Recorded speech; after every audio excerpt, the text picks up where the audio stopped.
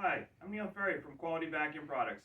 In this video series, we're going to be taking you from start to finish, from assembling a table stand, adding the tabletop, and then finally assembling the frame press and attaching it to the table.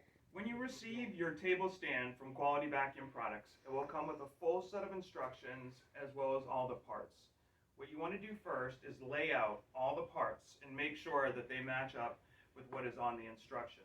A QVP table stand is comprised of stiles, rails, and legs.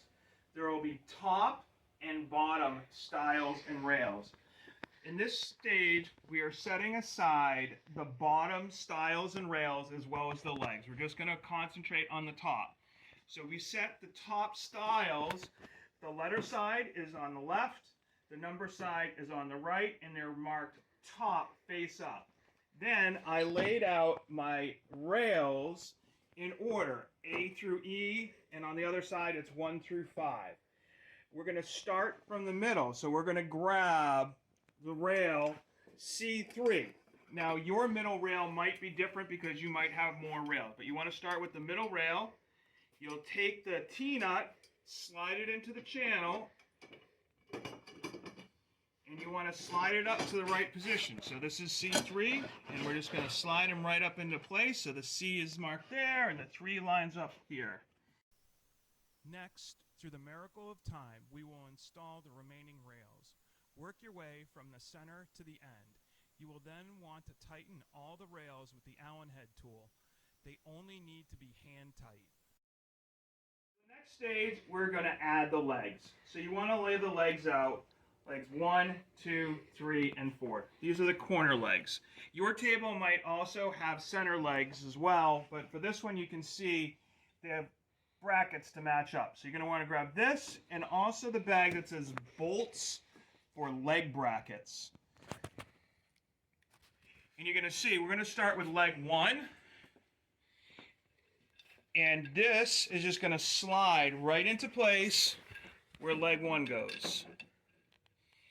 Then you're going to take your Allen head tool and come up through the top and tighten it up. And you want to make sure when you do this that everything lines up even. Then open up your bag of the bolts for the corner legs. And these will just slide right up into the brackets.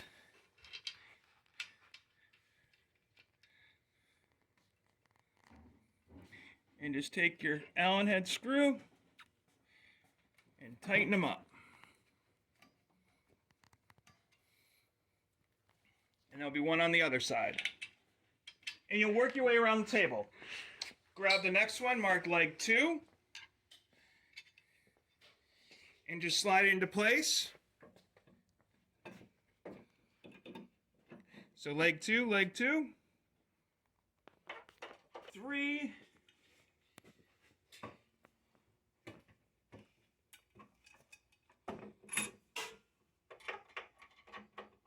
And then leg 4.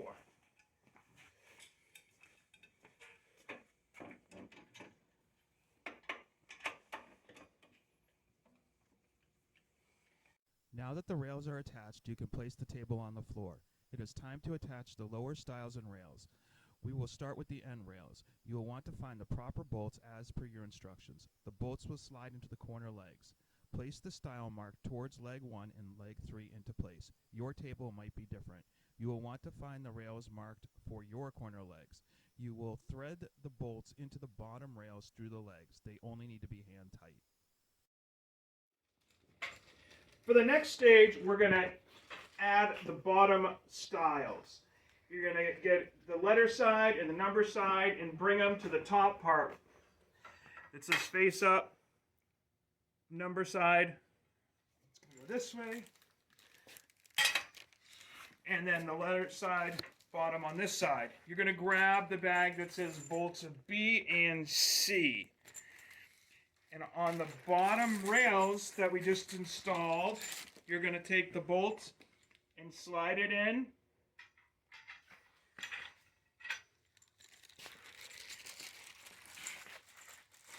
Slide it in. And then go to the opposite side.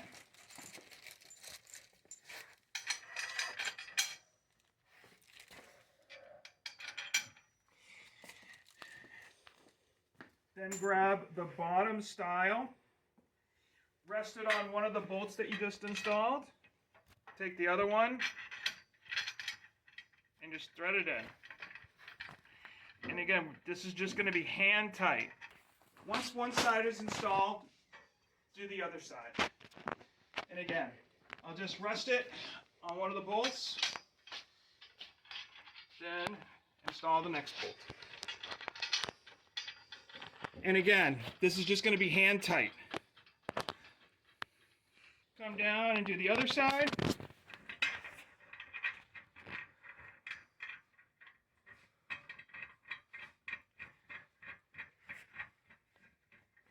And for the final stage, we're going to add the center bottom rail. You'll take the final bolts out of the bag. These will be bolt C. And slide them through.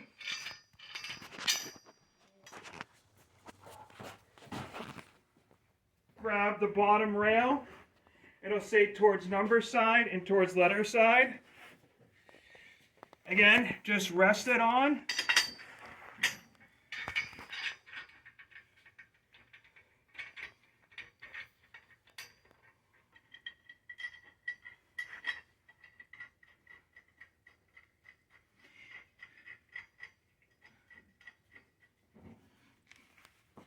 Now that everything is in place, you want to go through and snug up all the connections. Now that the table base is finished, you want to go around and tighten up all the connections, make sure that everything is tight and snug. We're going to talk about adding your tabletop. You need to make your table skin out of 3/4 inch thick material.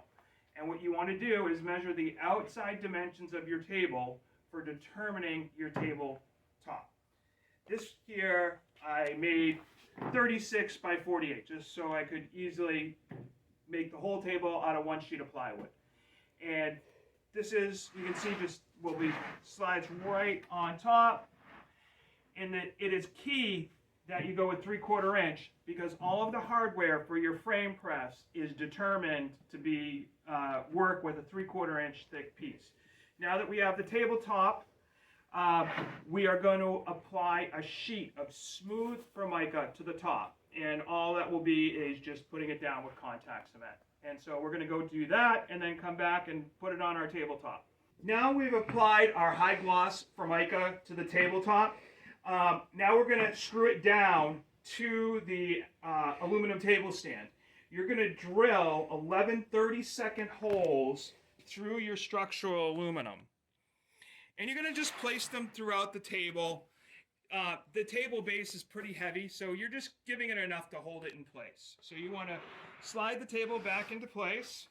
Now that the tabletop is in place, we are going to attach it to the table base. Screws are going to come up to the underside of the aluminum, so you need to make sure that you use a short enough screw.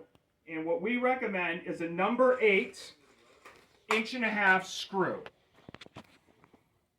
You just take the screw, come up to the bottom of the hole.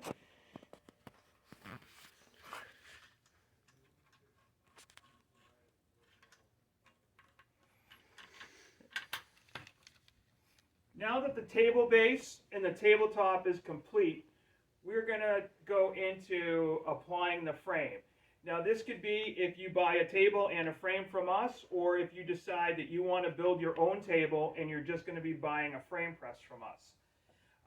Again, the key with a frame press is you want to go with a 3/4 inch thick top, and you're going to want to make sure that you put a sheet of smooth Formica on the top of that. And that's key for a bunch of different reasons. One, it's going to help with creating your vacuum seal. And also it's going to help protect your membrane top. We're going to get into your baseboard, putting the connector through in the next section of the video.